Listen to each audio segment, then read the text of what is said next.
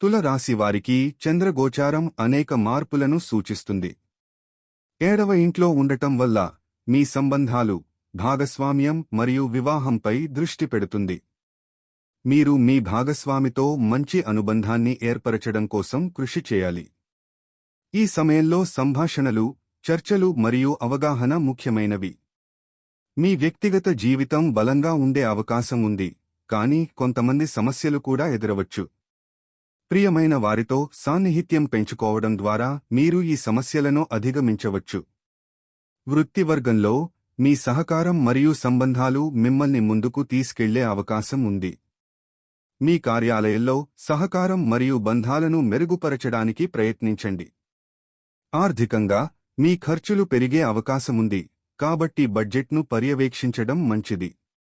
ఈ కాలంలో మీ ఆరోగ్యంపై దృష్టి పెట్టడం అవసరం. సంతులిత ఆహారం మరియు వ్యాయామం ద్వారా మీ శ్రేయస్సును కాపాడుకోండి.